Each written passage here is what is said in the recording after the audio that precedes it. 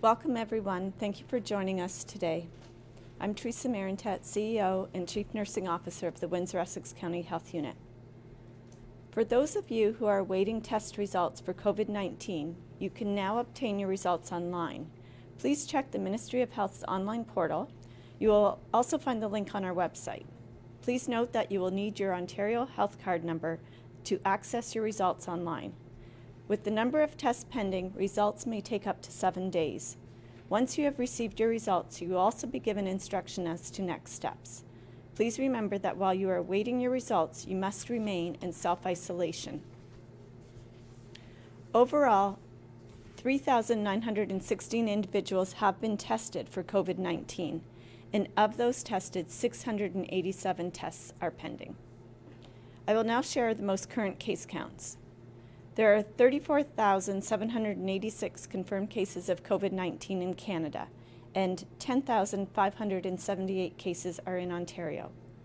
Chatham-Kent has 29 cases, and Sarnia-Lambton has reported 145 cases. Michigan now has 31,424 cases, with 7,604 cases being in Detroit. Today, we are reporting 482 cases of COVID-19 in our community, an increase of 20 cases from yesterday. 80 cases have been resolved. 24 people are currently in hospital. 18% of our total cases are between the ages of 50 and 59 years, and 22% of our cases are 80 years or older. 38% are male, and 61% are female, and 1% are unknown at this time. Our community has lost a total of 27 people to COVID. 20 deaths have occurred in long-term care and retirement homes. Our health unit continues to work with 7 long-term care and retirement homes that are currently experiencing COVID-19 outbreaks. Testing for COVID-19 is based on a clinical assessment. Symptoms of COVID-19 include fever, cough, and difficulty breathing. However, other symptoms may be present, such as being extremely tired, falling, nausea, vomiting, chills, and headaches. If you are feeling unwell and need to seek a health assessment for COVID-19, there are 3 options. Complete the online self-assessment tool available at ontario.ca, contact Telehealth Ontario, or call your primary care provider for a phone or virtual assessment. They will be able to guide you in next steps, including contacting public health or attending an assessment center. Windsor-Essex now has 2 assessment centers, Erie Shores Healthcare in Leamington and Windsor Regional Hospital Olette Campus. Please note that testing is available for people who have symptoms of COVID-19. This includes healthcare workers, caregivers, providers, and first responders. Also, residents and staff in long-term care facilities and retirement homes, and residents in the community referred for testing by the health unit or the primary care provider. Please continue to visit wechu.org for the most current information and case counts. I will now turn it over to Dr. Wajid Ahmed, our Medical Officer of Health, for further updates regarding COVID-19.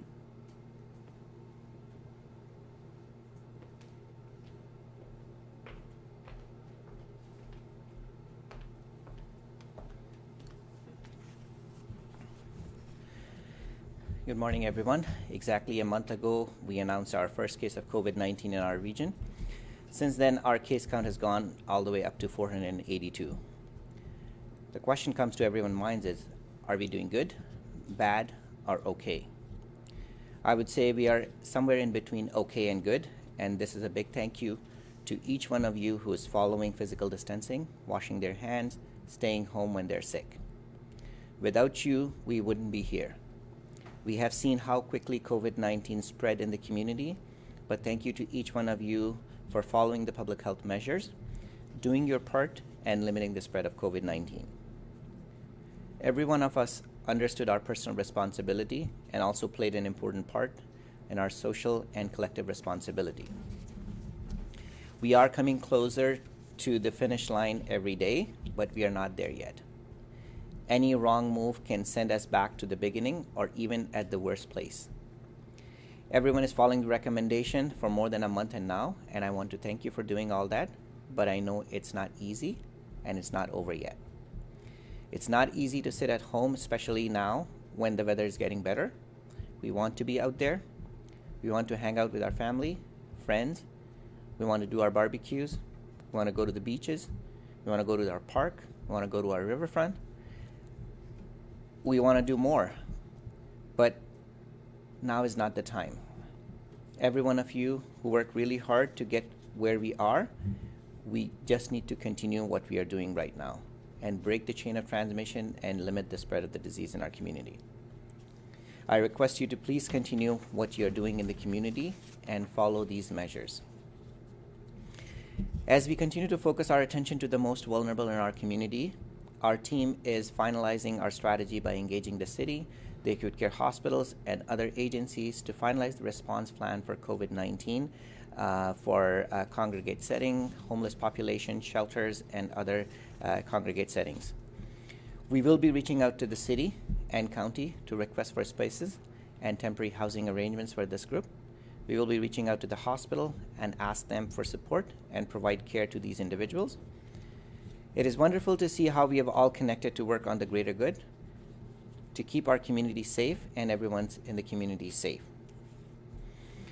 The Windsor-Essex County Health Unit is also proud to team up with our local primary care partners and hospitals to launch the COVID-19 Population Health Navigator. The Navigator tool, which will be live for Tuesday, April 21st, can be found by visiting our website, v2.org, or going directly to ehealthwindsoressex.ca. The eHealth Windsor-Essex website provides a one-stop shop for local residents to connect with a healthcare provider, attend a virtual walk-in clinic, and or check with their symptoms of COVID-19. The online tool to be launched tomorrow will ask a series of questions about an individual's symptoms, travel history, and exposure, building from the COVID-19 case definition that is currently being used by all the healthcare providers. If a medical assessment is indicated based on the responses provided, individuals will be linked to a triage portal to arrange a same-day virtual medical assessment with a local primary care provider. This tool is a welcomed innovation for Windsor and Essex and is responsive to the needs of our community. To be able to walk through the self-assessment and quickly link to local primary care provider, it is not only convenient, but also can relieve some of the stress for these individuals during this difficult time. Dr. Jennifer Bondi will join our Facebook live stream tomorrow to provide an overview and walk us through this exciting new tool for our community. Thank you.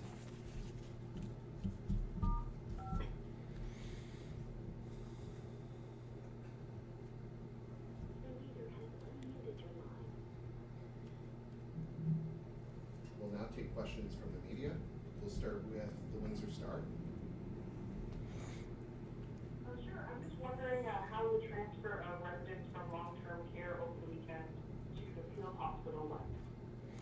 So that undertaking was done by the hospital, the long-term care home, and the EMS that are involved in the transfer of these patients.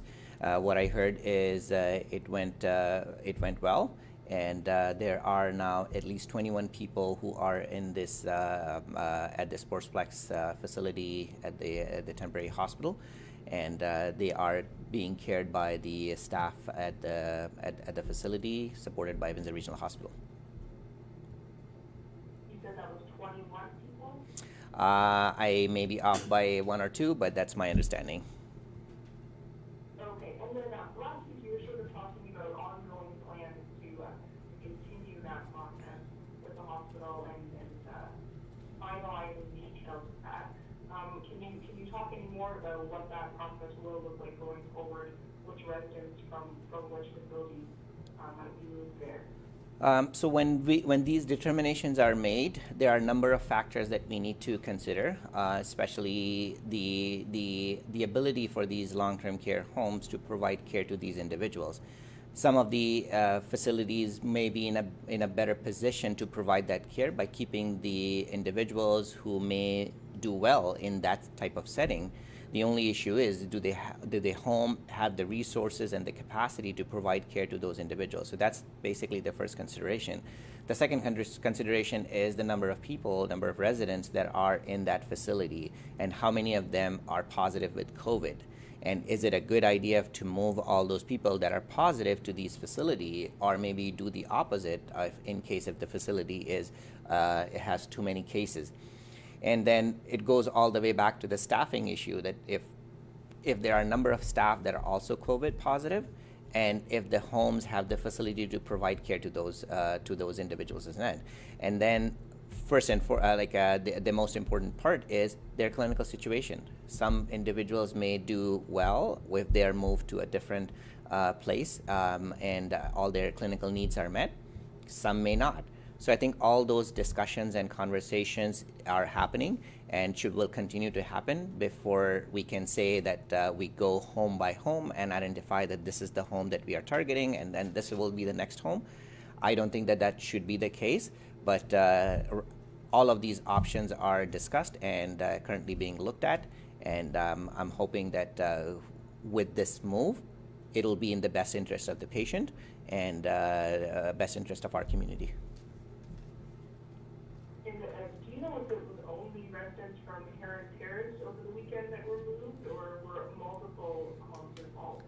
Right now, my understanding is it's just one facility is transferred their patients, and others may participate as well. But I'm not aware that if a decision has been made finally. Okay, thank you. Any questions from Amy 100?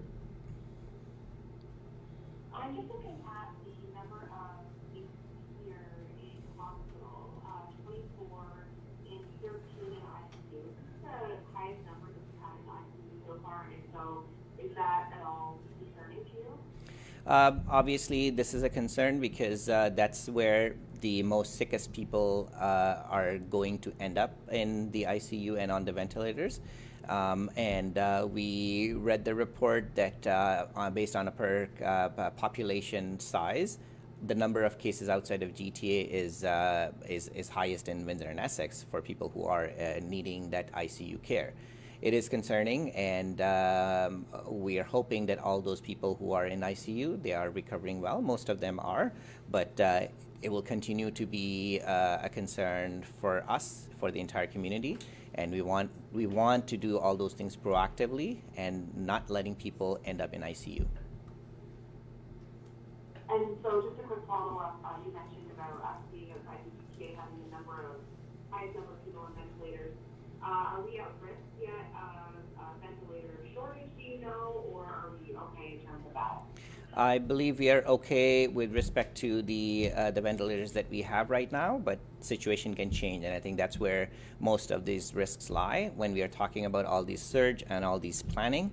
All these plannings are done at the front end of the things to not to get us to that point. But so far, what we are seeing, we are doing relatively okay.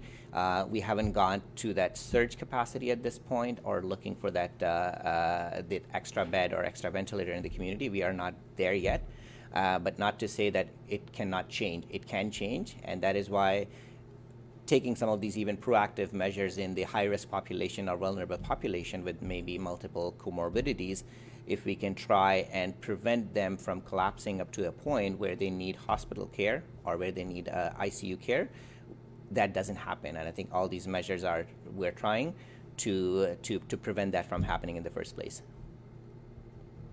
Do you know of the people in the ICU, are they people from long-term care homes, or do you have any type of breakdown like that? I don't, at this point, I don't have that breakdown. Okay, thank you. Any questions from Blackburn? Yeah, well, kind of off topic a little bit, but not really. Apparently some firefighters in Toronto and Sarnia have been told not to use CPAP machines for fear that it may spread COVID-19. Have you heard about this? Have firefighters here been told similar things? Well, in general, we got this question not from the firefighters or what they're doing, so CPAP machine, and if it may have any impact on the spread of COVID-19. If you're really looking at an individual who is positive for COVID, and if they are using a CPAP machine, and just because of the way of action, what happens is an individual, when they are breathing out through this machine, and the machine just sends their breath out in the air. So anyone in the room at that time could be potentially exposed to that virus if the person is infected. And that's why if someone is in that room and they are COVID positive, they shouldn't be, first of all, they shouldn't be in the same room. But if they are there, just giving themselves time to, when you're providing care to those individuals, you can try to use a mask when you're providing care, and a 95 mask as a healthcare provider if you're in that long-term care home and those type of facilities. But at a mass level, at a population level, at a general public level, I don't think that this is any issue. Someone who is COVID positive, they should be in self-isolation. They shouldn't be in a same room with anyone else, period. So that should limit any concerns on those individuals.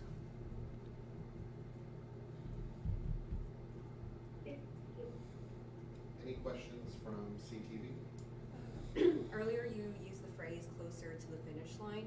When you look at the numbers and the trends we're seeing with senior citizens, how optimistic are you feeling that we're flattening the curve or beginning to? So good question. So when we are looking at those spread, so we try to look at the community spread. We try to look at the institutional spread. So institution, we know even one case, we, based on the new definition and based on the best interest, we consider that as an outbreak. But typically outbreak, it doesn't mean that you have one case and we declare an outbreak. The whole idea of declaring an outbreak earlier on in the phase is to try and contain the disease as much as possible. The challenging part is, even if you have one case at any of these facilities, it spreads very quickly. So it's not a function of what is happening outside, it's a function of what's happening in the inside of the facility, whether because of the staffing issue, because of the IPAC issue, because of the PPE issue. There are a number of factors that goes into play before the home get into that situation. And if all this work that we are doing right now, if we can do that, and if there's no community transmission happening, what would happen is there won't be anyone to bring that COVID-19 into those facilities. So we need to work on both front, and the more important one is the community front. We have seen a decline in the community cases. That's great. But now we also need to make sure that what is happening in these facilities, we are able to contain it, and we are limiting the spread. Going back and forth in the community, I think that won't happen just because of some of the new measures that are currently in place. All the staff working in these long-term care home, retirement home, they are asked to wear a mask all the time. They're doing active screening. They're doing their temperature check. They're monitoring their symptoms twice a day, every day. And with all these measures, the likelihood of someone bringing anything from outside to the home is, we're trying to reduce that risk to almost minimum. Now, those homes that are currently in outbreak, they need to be looked at and provided all the support that they need to try and contain it. It will take us some time, but we are hopeful that with all these measures, we will be in a better position. Any questions from CBC? Yes, good morning. I know you're still testing people in long-term care homes, and you were looking for asymptomatic people. Have you found any people that were asymptomatic yet? So good question. So let me just give you a quick answer. No, we are not looking for asymptomatic people in the long-term care home. They have to follow a certain criteria before we even consider them for testing. The idea behind testing an asymptomatic individual, it creates a whole lot of problems, and without giving us any benefit.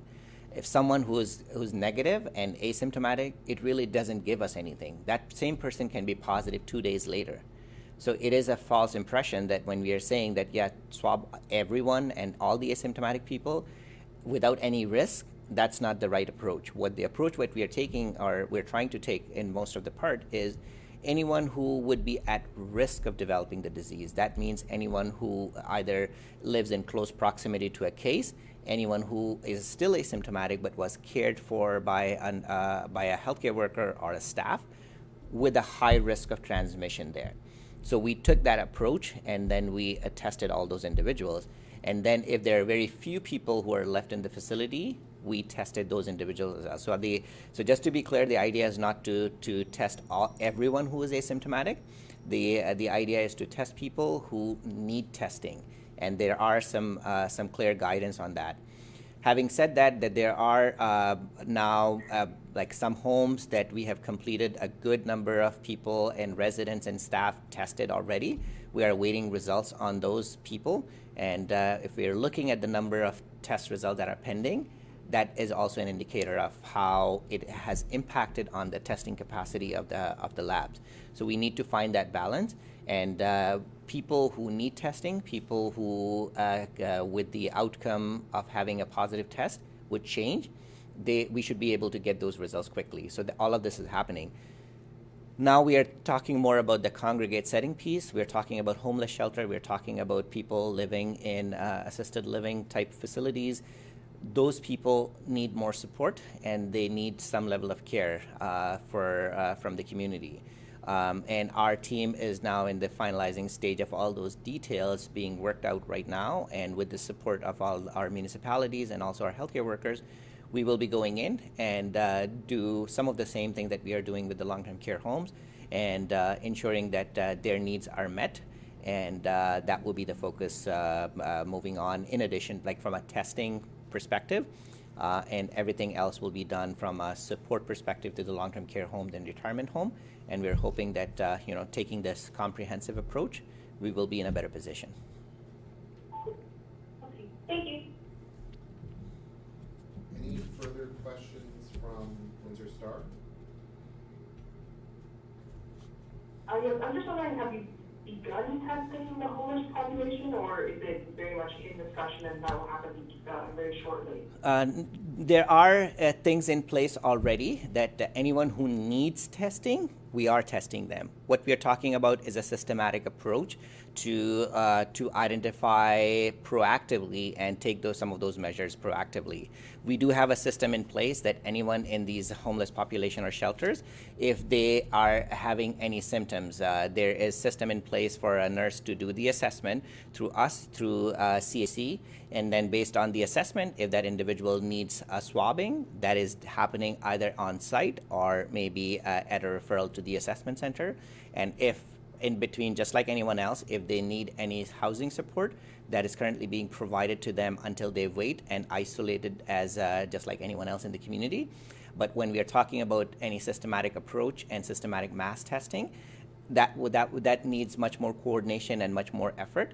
But I want to assure that there are already these systems in place, which is actively looking for these people and these cases.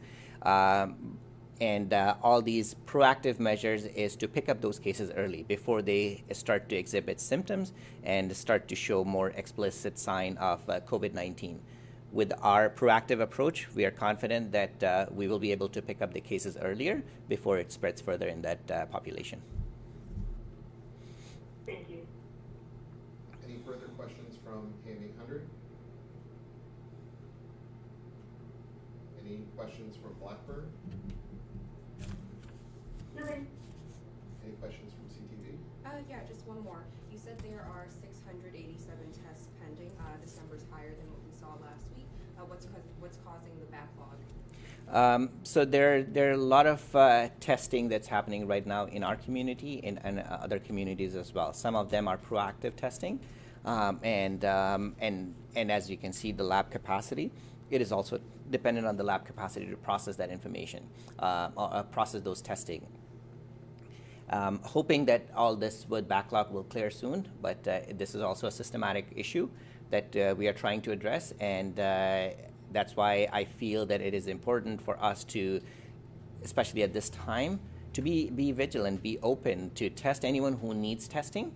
But when we're talking about asymptomatic people getting tested, we should take a balanced approach and not to overdo it, because whatever we do from doing more testing perspective, it will have an impact on the reporting perspective. And we don't want to miss some of those key people who need the results quickly than the others. Okay. Any further questions from CBC? No, thank you. Thank you, everyone.